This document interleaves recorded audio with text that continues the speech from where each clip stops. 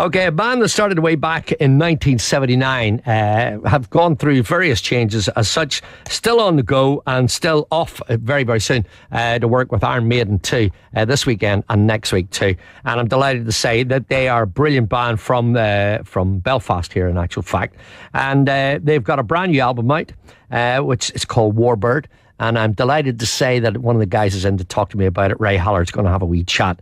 At one stage, Vivian Campbell, of course, from Def Leppard, the current Def Leppard guitarist, worked with him in early years. And they thought, be nice if they brought him back at least to do one track and to pay homage to a bunch of guys that they toured with way, way back. The original Thin Lizzy, with Phil, of course, up on vocals.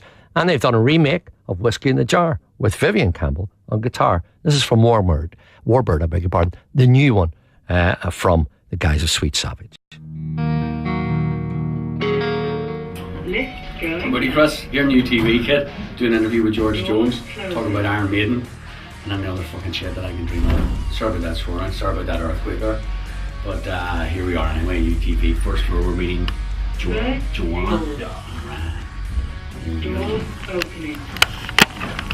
Joanna, how are you? Hiya. I'm Ray. Hi, Ray.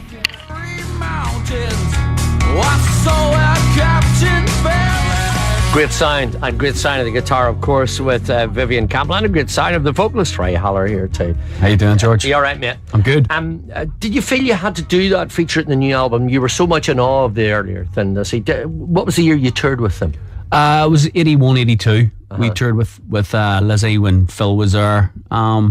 It was just, we loved the band, loved the song. I mean, it's a good old standard, it's a good old classic. Mm-hmm. And Phil is my hero, I guess. I'm a bass player singer. He was a bass player singer. Yeah. Watching Phil Lynott play. I mean, even right down to now, George, I still play. We're just talking about precision basses. Mm-hmm. I play an old precision, rosewood neck, black body, mirror scratch plate. I know it's an absolute straight rip off of Phil. I don't deny it. I have no shame about it. He was awesome, incredible front man. Sort of guy walked into your room, piano player stopped playing. You're just in awe when absolutely. Phil, absolute charisma. He had this aura about him, something that was very, very special. That don't happen to many people too. Yeah, I remember you talking about scratch plates there, metal scratch plate. I thought I was being very clever in my career. I got a Music Man Mustang bass, which is heavy enough, and I said that would look brilliant with a stainless steel one. By the time I put the stainless steel on and the weight of the Mustang, my neck was broken for years. Before we leave the subject, I gave out last week that your guitar, a very special guitar to you, was stolen last week. Yes, that's right? Correct. Outside the Empire, wasn't Stole, yeah, in the loadout bay of the Empire on Saturday night about 1:30. No word about it yet, no? Not yet, no, but and on that, I have to say that the response has been amazing, and it's nice to know there's so many wonderful, brilliant, beautiful people out there trying to help. Actually, a lot of people texted in and said they're very sorry to hear it. They hope that you got it back soon. It's recognisable, that's the main thing. It's different, isn't it? It's unique. It's a Fender, it's a hybrid between a sort of precision and a jazz. It's a Duff McKagan sort of signature model. Yeah. There can't be too many in Northern Ireland. It's white, black, sort of rosewood neck, and the back of the neck is black and the black headstock. So it's quite distinctive, and I'd love to get it back. You won't get rid of it. Okay, I'm just shouting at people who took it, by the way. It's easily recognisable. You seem to be all your life, the sheer fact that you're a brilliant band in your own right, but you seem to be all your life following the heavies, the big boys, and yet your band was rated at being the new wave of metal bands when you come out. Yeah, when we started, it was kind of at the end of the punk era. Mm-hmm. So the band, the whole new wave of British heavy metal thing started, which included bands like Iron Maiden and Saxon and Def Leppard. Yes. And we just never got the big deal. But we've always been around, always bubbling around, always bubbling underneath, and always working. And always working, yeah. And it's kind of, I did a tour there earlier in the year with Saxon, which was great crack and good fun. And now we're going to do the Iron Maiden thing. You did the Deep Purple thing. We did the Deep Purple thing, yeah. And a couple of people texted in, by the way, to say you were brilliant on the night. It was an awesome show. It was incredible. And do you feel it would have been better if it had been Customs House Square?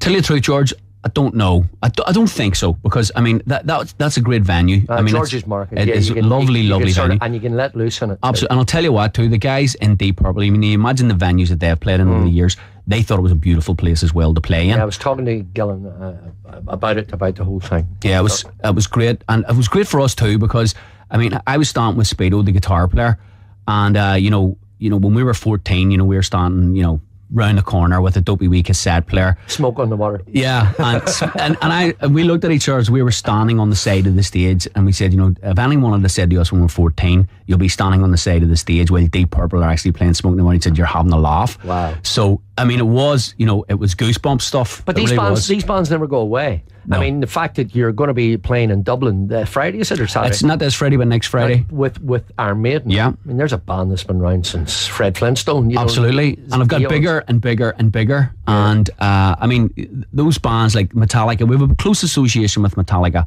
So the bands like Metallica and Iron Maiden are now considered rock royalty. It would have been something similar to what like Led Zeppelin and Deep Purple would have been, in the sort of 70s. There's a band that just can't seem to get together, Led Zeppelin. I know, they just can't do it. They can't do it. I mean, even Pink Floyd there, I mean, their sound's going around, but Gilmour won't play with them as well. Yeah. You just can't get those top boys together. That's an absolute shame. Where are you playing in England with Iron Maiden? We're doing the Sonosphere Festival, which is, we would all know it as Nebworth, because again, Zeppelin did a big Nebworth gig there way back in the 70s. Always associated with the place. Yeah. So that's where the Iron Maiden gig is on Sunday the 1st of August. And we'll be there. And Metallica, I was reading out earlier, covered one of your songs, Killing Time. That was a B-side, for The Unforgiven? It was, yeah. It was indeed. Did you get money out of it? I got a shilling or two, That's all right. You see, I have to ask, as a fellow musician, it's all very well saying, hey, boys, Metallica recorded our song, as long as the bank manager's happy, because that's what it's all about. I got a shilling. That's about it. Now, tell me about Warbird. This is the latest album. It's kind of, I could bore you to death about it, George, but we've recorded Warbird now. It must be recorded a year. We were about to put it out with a record company. The record company went bust. We were talking to another record company. They went bust. Recession, so it's hitting everybody. So now we've got a new label, and it looks like it's scheduled to go out sort of September, October. I'm told the official release will be October. We will physically have the proper copy in our hands start of September. Yeah. So fingers crossed that it's going to happen in October, because I've already had 2 sort of dates being scrubbed. I mean, the big one was going to be St. Paddy's Day of this year, and then the label went down. So it was like, oh no, is this ever going to happen? Well, is this going to happen then, an actual launch date and an actual launch gig? Yeah, we're doing the Iron Maiden stuff. We've a few other things in the pipeline as well, but we're definitely going to do a Belfast. We're going to try and actually do an Irish tour. So we want to do an Irish tour, sort of like, Belfast, at least Belfast, Dublin, Galway, Cork, and if we can fit a few other things in, we'll do that. It's a shame it couldn't have been the summer, because it's perfect around the summer, the outdoor gigs for that. Yeah, it would have been. Wonderful. But that's the music business. I mean, you know better than anybody. You can never... You can never foretell what's going to happen around the corner with it. When is it going to be in the shops? Well, hopefully it's going to be in the shops by the end of October, and hopefully it's going to be in the shops throughout Europe by the end of October, and we are hoping that we may get it in the States and Japan. But what about the States? Are you getting offers to go on tour? I will have to be honest with you and say at the minute, nothing concrete. The States is too expensive to tour. It's a hard thing to do. I mean, especially with us going out with bigger heavy metal bands. Yeah. It costs a lot of money to put a band like us on, just simply to feed us and transport us. Yeah. So the States is a bit further away, but we're hopeful about that. But Europe is definitely happening. As Europe always, is definitely on the it's always cards. acceptable to bands. By the way, you can't say heavy metal anymore. Ian Gillan said it's metal bands now. All right. Just well, he's too old to call. He's one of the gods, so I will go by what Big Ian says. I said metal, man, just metal. Metal will suffice. Lads, thanks for dropping in. George, thanks a million. Nice to see you again. Fantastic. And keep us abreast of things if you're going to do any gigs, because I'm sure a lot of your fans here would love to know where you're going to be performing. Are you going to be playing anywhere here shortly? Earliest will be October, November. That'll be the earliest. October, November. Yeah. The album is called Warbird, and I'm sure all your fans will be waiting for it just to get into the shops, just to get their mitts on it. Just to hear Vivian Campbell here playing on the remake of Whiskey in the Jar. Okay. Right, thanks for dropping in. Thanks a million, George. Thank you. Cheers. Bye-bye.